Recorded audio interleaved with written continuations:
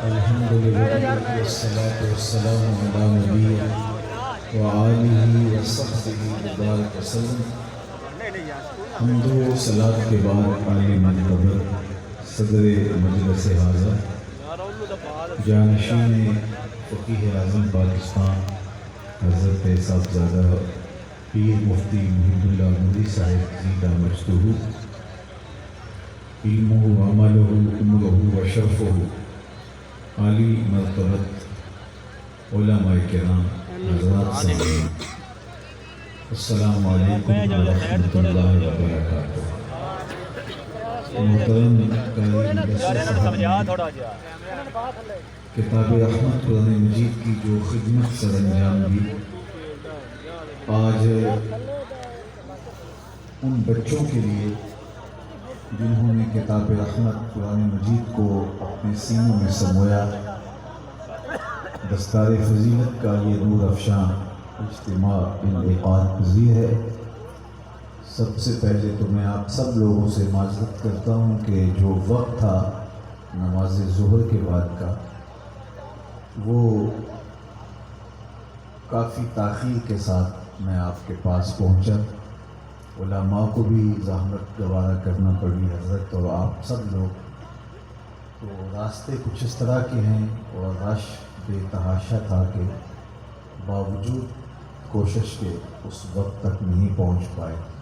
آپ درگزر فرمائیے گا۔ دوسری بات کہ یہ سارا فیضان فقیہ اعظم پاکستان علیہ رحمہ کا ہے، اور اس علاقے میں جب بھی آنا ہوتا ہے تو گلی گلی ان کے شاگردوں کا سلسلہ دارالعلوم سے فارغ التحصیل لوگ جو پورے علاقے میں بلکہ پورے ملک کے اندر چراغ محبت جلائے بیٹھے ہیں، تو دل باغ باغ بھی ہوتا ہے اور ان کی حضور عقیدتوں کا خراج بھی پیش کرتے ہیں۔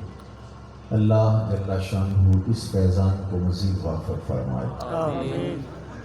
کتاب رحمت قرآن مجید کے ساتھ ہمارا تعلق باطن اور روح کا ہے۔ یہ کتاب حضور کے قلب اطہر پہ نازل ہوئی، اس کا تعلق بھی دلوں سے ہو تو یہ فیضان دیتی ہے۔ حضور علیہ السلام کی زبان پہ قرآن نازل نہیں ہوا، حضور کے دل پہ نازل ہوا۔ جب قرآن مجید کا نزول ہوتا تو آقا کریم اپنی زبان کو جنبش دیتے تاکہ جلدی جلدی اس پیغام حق کو لوگوں تک پہنچا سکیں۔ تو آقا کریم کے اس انداز کو دیکھ کر میرے رب نے ارشاد فرمایا، لا تحرک بہ لسانک لتعجل بہ، محبوب آپ جلدی نہ کیجیے، جس رب نے قلب پہ اتارا ہے وہ زبان پہ بھی جاری کر دے گا۔ سبحان اللہ۔ تو جب تک قرآن مجید ہماری روحوں پہ اثر انداز نہیں ہوتا اور ہمارے دل اس کو قبول نہیں کرتے تو اس کی برکات ہم نہیں پا سکتے۔ اقبال نے کہا تھا علیہ رحمہ نے، جب تک نہ ہو تیرے دل پہ نزول کتاب، گرا کشا ہے نہ راضی نہ کشاف۔ تو اگر یہ دل پہ اتر جاتا ہے، روح اس کو جذب کر لیتی ہے، تو پھر ایک صالح معاشرت کی شکل میں پاکیزہ معاشرہ بھی ہمیں نصیب ہوتا ہے اور قرب الہی کی راہیں بھی کشادہ ہوتی ہیں، کیونکہ قرآن اللہ سے ہم کلام ہونے کا ایک ذریعہ ہے۔ فرمایا تمہارا اگر رب سے باتیں کرنے کو جی چاہے تو قرآن کھول کے بیٹھ جاؤ۔ یہ رب سے ہم کلام ہونا ہے، یہ رب سے گفتگو کرنا ہے۔ حضرت امام احمد بن حنبل رضی اللہ تعالی عنہ فرماتے ہیں کہ میں نے رب سے اس کی محبت طلب کی کہ مالک مجھے اپنی محبت عطا کر دے۔ اس نے اتنی محبت سے نوازا کہ مجھے زوال عقل کا اندیشہ ہوا۔ پھر میں نے کہا مالک تیری قربت کا خواہاں ہوں، اپنی قربت کا جمال عطا کر دے۔ تو آواز آئی اگر میری قربت کے متلاشی ہو تو قرآن پڑھا کرو۔ تو قرآن اللہ کی قربت کا ضامن ہے۔ اس کتاب کے ساتھ جڑنے والے قرب الہی کے نور سے مالا مال ہوتے ہیں، اور یہ کتاب خستہ امت کو خوشحال بنا دیتی ہے، بکھرے ہوں کو ایک مرکز پہ جمع کر دیتی ہے۔ اس کتاب کی تلاوت، معانی و مفاہیم کے ساتھ اس کو سمجھنا، اس پہ عمل پیرا ہونا، اور اس کے ذریعے سے خوبصورت نظام کو استوار کرنا جو اس قرآن نے ہمیں دیا ہے، یہ اس کتاب کے آداب ہیں، اس کتاب کے تقاضے ہیں۔ اس پہ ایمان لانے سے لے کر کے اس کے نظام کو نافذ کرنا امت مسلمہ کے اوپر لازم ہے، اور اس میں سے ایک ذریعہ اس کتاب کو محفوظ کرنے کا اس کا حفظ ہے۔ اور یہ اللہ نے اس امت کو ہی اعزاز دیا کہ قرآن مجید کو حفظ کر پاتے ہیں۔ پچھلی امتوں کے لوگ کتاب اللہ کے حافظ نہیں ہوا کرتے تھے۔ حضرت موسیٰ علیہ السلام نے جب الواح تورات کا مطالعہ کیا تو بارگاہ یزدی میں 9 سوال کیے تھے۔ ابن عساکر نے اپنی تاریخ میں اس کو بڑی تفصیل کے ساتھ لکھا ہے۔ اللہم انی آجد فی الالواح امتا هم السابقون الاولون فاجعلها امتی قال تلک امت احمد۔ اے اللہ، میں نے الواح تورات میں ایک امت کا تذکرہ پڑھا ہے جو آئے گی تو بعد میں، لیکن شرف و عظمت کے لحاظ سے پہلے نمبر پہ وہی ہوگی، تو وہ امت میری امت بنا دے۔ قال تلک امت احمد، کہا یہ تو میرے پیارے احمد کی امت ہے۔ سوال کیے، جواب یہی آتا رہا۔ ایک سوال ان میں سے یہ تھا، اللہم انی اجد فی الالواح امتا اناجیلہم فی صدورہم یقرؤونہا ظاہرا فاجعلہا امتی۔ اے اللہ، میں نے ایک ایسی امت کا تذکرہ پڑھا ہے جن کی کتابیں ان کے سینوں میں ہوں گی اور وہ بے دیکھے پڑھیں گے۔ اتنا بڑا اعزاز، یہ اعزاز میری امت کا مقسوم کر دے۔ تو آواز آئی، یہ تو میرے پیارے احمد کی امت کا اعزاز ہے۔ پچھلی امتوں میں کتاب اللہ کا حافظ صرف نبی ہوتا تھا، پیغمبر کے علاوہ کسی کو یہ اعزاز نصیب نہیں ہو پاتا تھا کہ وہ پوری کتاب کا حافظ ہو۔ اسی لیے انبیاء علیہ السلام کے چلے جانے کے بعد کتابوں میں تحریف راپ آ گئی، کمی بیشی لوگوں نے کر دی، کیونکہ کوئی اس کتاب کا حافظ نہیں ہوتا تھا۔ لیکن اللہ نے اس کتاب قرآن مجید کو یہ اعزاز بخشا اور اس امت کو یہ شان بخشی کہ 7 سال کا بچہ ہے، پورا قرآن سینے میں موجود ہے، اور یہ صرف اسی امت کا اعزاز ہے۔ تو یہ سعادت مند لوگوں کا مقصود ہے کہ وہ اس کتاب کے ساتھ جڑتے ہیں، اس کتاب کے ساتھ وابستگی حاصل کرتے ہیں، اس کے ساتھ دل بستگی قائم کرتے ہیں، اور اس کے ساتھ اپنی محبت کے رشتے کو استوار کرتے ہیں۔ جو اس کتاب کے ساتھ جڑ جاتا ہے وہ سربلند ہوتا ہے، سرخروب ہوتا ہے، کامیاب، کامگار اور بامراد ہوتا ہے۔ اس کتاب کے ساتھ جڑا ہوا شخص کبھی محروم نہیں رہتا۔ اللہ تعالیٰ اس کتاب کے ذریعے قوموں کو اٹھاتا ہے۔ حضرت عمر رضی اللہ تعالیٰ عنہ نے مکے کے گورنر کو اپنے پاس بلایا کسی کام کے لیے، تو جب وہ آپ کے پاس پہنچا تو آپ نے اسے کہا کہ تم اپنی نیابت میں کس کا تعین کر کے آئے ہو، نظم و نسق دیکھنے کے لیے کس کو اپنی جگہ پہ چھوڑ کے آئے ہو؟ تو اس نے کہا میں ابن ابزہ کو چھوڑ کے آیا ہوں۔ تو حضرت عمر نے کہا کہ یہ کون ہے؟ تو انہوں نے کہا یہ غلام زادے ہیں، یہ غلام کے بیٹے ہیں۔ تو کہا یہ غلام زادے کو تم اپنی جگہ پہ چھوڑ آئے ہو تو کیا اس میں خصوصیت ہے؟ تو گورنر مکہ نے کہا کہ اس لیے میں اس کو اپنی جگہ پہ متعین کیا ہے کہ وہ قرآن کا جاننے والا ہے۔ تو قرآن پستوں کو سربلند کرتا ہے۔ جب آقا کریم علیہ السلام شہیدوں کو دفن کرنے لگے، احد کے شہیدوں کو، 70 لوگ شہید تھے، اور یہ ایک ایسا غزوہ تھا جس میں مسلمانوں کو بہت شہادتیں دینی پڑی. تو آقا کریم تدفین کے مرحلے پر یہ پوچھتے کہ قرآن کی آیتیں کس سے زیادہ آتی ہیں، اور جس کے بارے میں بتایا جاتا کہ یہ قرآن مجید کا بڑا عالم ہے اس کو آگے دفن کیا جاتا، اور اس سے کم جاننے والوں کو اس سے پیچھے دفن کیا جاتا. تو تدفین کے اندر بھی ترجیح قرآن کے حافظ اور قرآن کے عالم کو دی گئی. تو یہ قرآن اٹھا دیتا ہے، یہ پستیوں سے اٹھا کے اوجے سوریا کی بلندیوں تک پہنچاتا ہے. اقبال نے جب شکوے کی زبان کھولی تو لہجہ تھوڑا تلخ ہو گیا. آپ جانتے ہیں فتویٰ بھی متوجہ ہوا، لیکن جب جواب آیا تو سارا نشہ اتر جاتا ہے. اقبال شکوہ گناہ ہوتا ہے، خو گرے ہم تھوڑا سا شکوہ بھی کرنے بیٹھ جاتا ہے. صفائے دہر سے باطل کو مٹایا ہم نے، نوع انسانی کو غلامی سے چھڑایا ہم نے. تیرے قرآن کو سینوں سے لگایا ہم نے، تیرے کعبے کو جبینوں سے بسایا ہم نے. پھر بھی ہم سے گلہ ہے کہ وفادار نہیں، ہم وفادار نہیں تو بھی تو دلدار نہیں. تو بڑا تلخ لہجہ ہو گیا.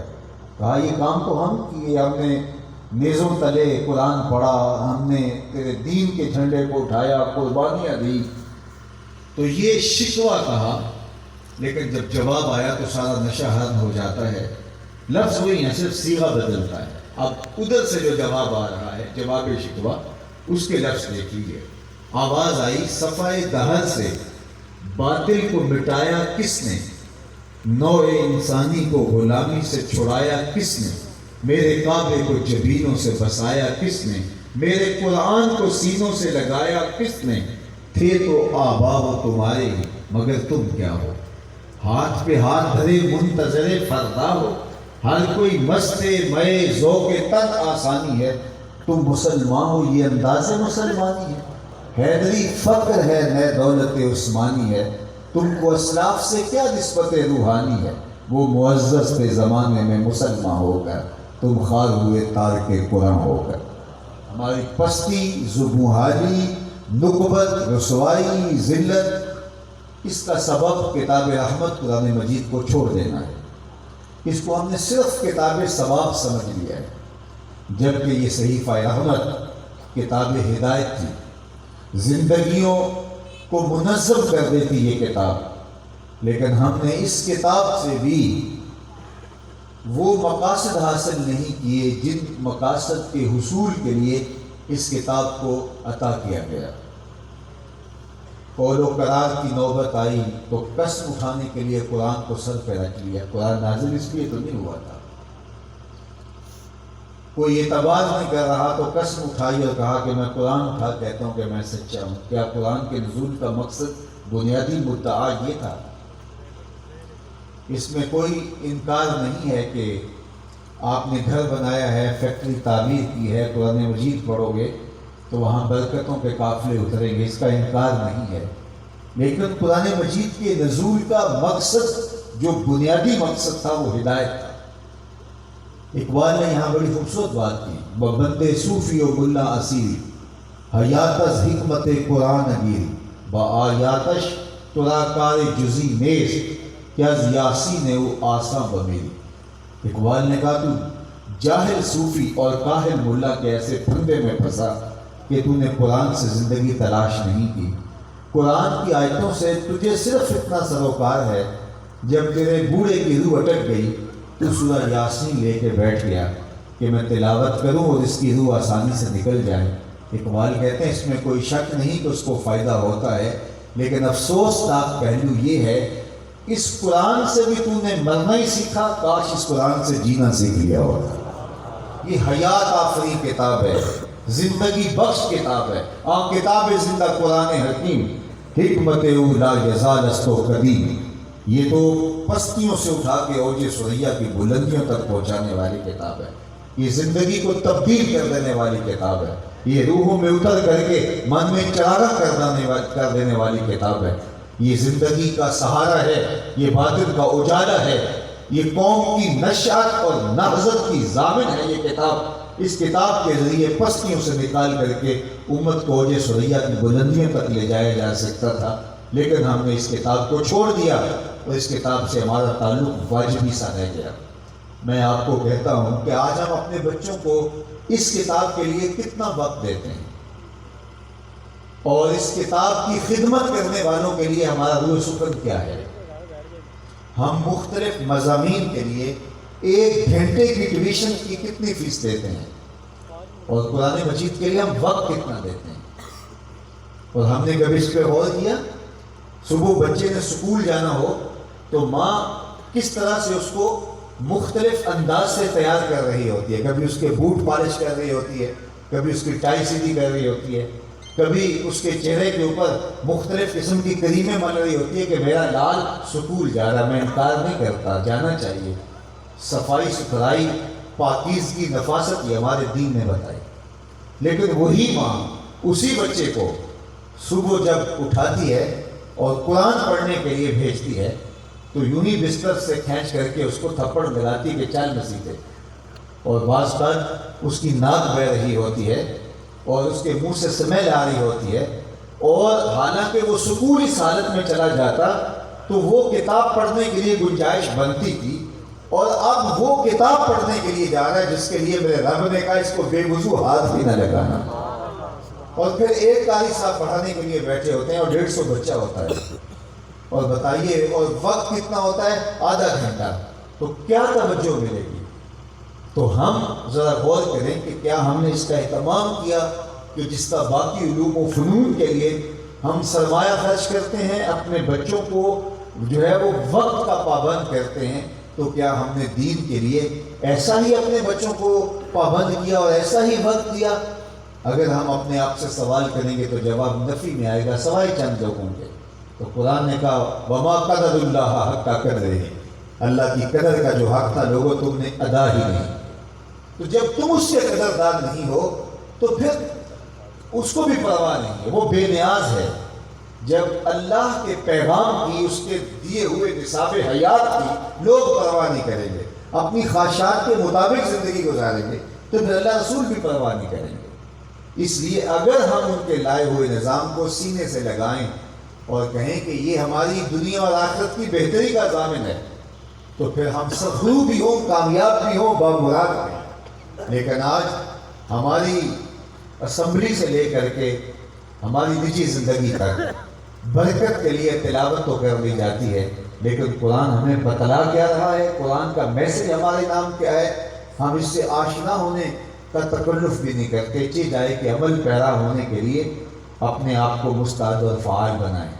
تو آج دنیا کے اوپر ہماری رسوائی، ذلت، نکبت، زبونحالی کا سبب یہ ہے کہ ہم نے اس کتاب کے دامن کو چھوڑ دیا ہوا ہے۔ اتنی بڑی روشنی کے ہوتے ہوئے بھی ہم بھٹکتے پھر رہے ہیں اور آج اندھیروں کے مسافر بن گئے۔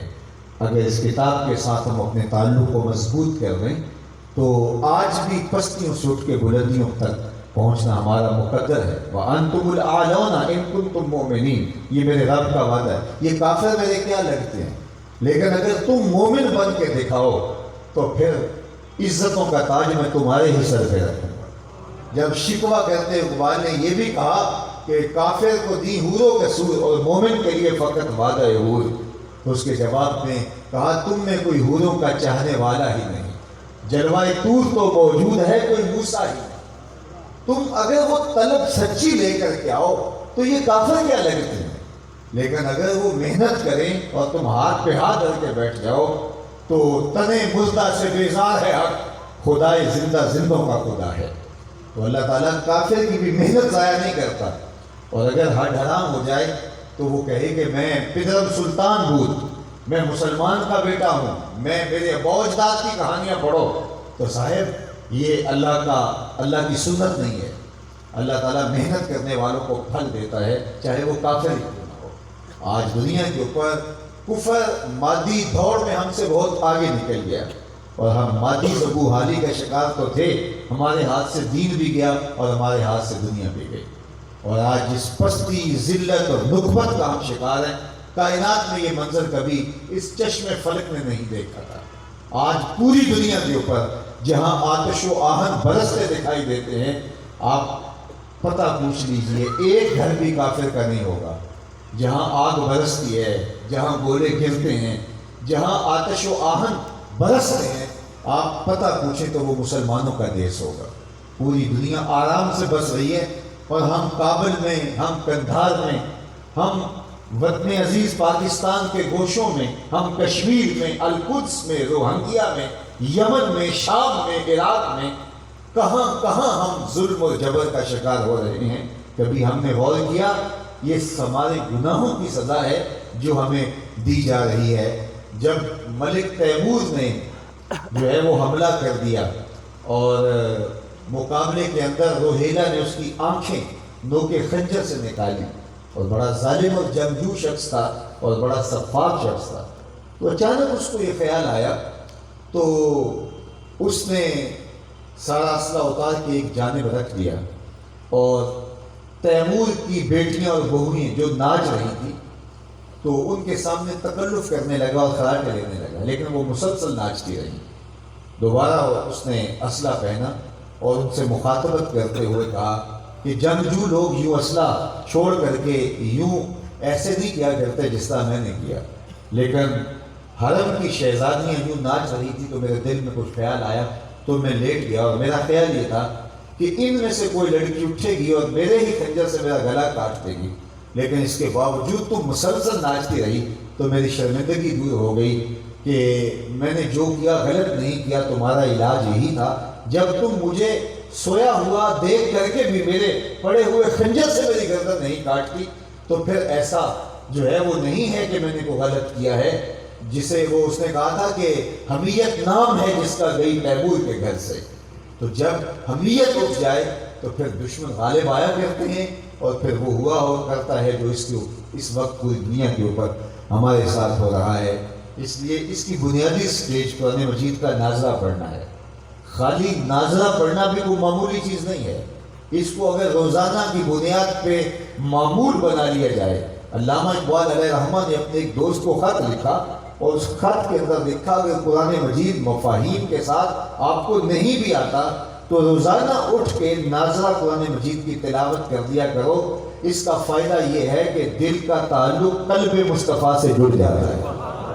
یعنی اگر خالی نازلہ قرآن مجید پڑھو تو قلب رسول صلی اللہ علیہ وآلہ وسلم سے دل کا ربط قائم ہو جاتا ہے، اور اگر اس کو مفاہیم و مطالب کے ساتھ اپنی زندگی میں داخل کر دیا جائے، شب و روز میں شامل کر دیا جائے۔ علامہ اقبال علیہ رحمہ جب آخری عمر میں بیمار ہو گئے اور ان کا گلا بیٹھ گیا تھا اور بولنے میں دقت ہوتی تھی، تو کوئی آیا اور اس نے پوچھا جناب کیا حال ہے؟ تو انہوں نے جواب میں یہی کہا تھا، لطف قرآن سحر باقی نہ مان، کہ قرآن جو سحری کے وقت اٹھ کے غنا کے ساتھ پڑھا کرتا تھا وہ لطف مجھ سے چھن گیا ہے۔ تو قرآن اپنی زندگی میں داخل کرو، آپ کا کوئی بھی دن قرآن کے بغیر نہیں گزرنا چاہیے، چاہے 2 رکوع روز کی تلاوت ہو، صبح آپ کے گھر میں قرآن کا چراغاں ہونا چاہیے۔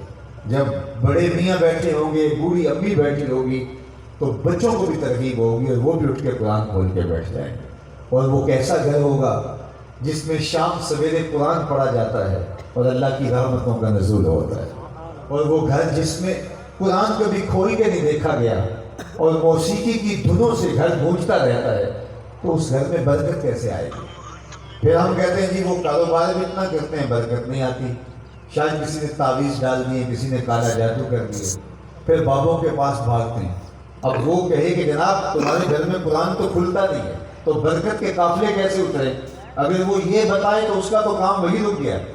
تو وہ کہتا ہے تم وقت پہ آگے ہو، اگر تم 2 دن لیٹ ہو جاتے تو یہ تعویذ چل جانے تھے اور تمہارے پلے کچھ نہیں رہنا تھا، اور پھر ان بابوں کے پاس چکر کاٹنے پڑتے ہیں اور زندگی کی قیمتی سانسیں اور زندگی کا قیمتی وقت اور سرمایہ ان کی نظر کرنا پڑتا ہے۔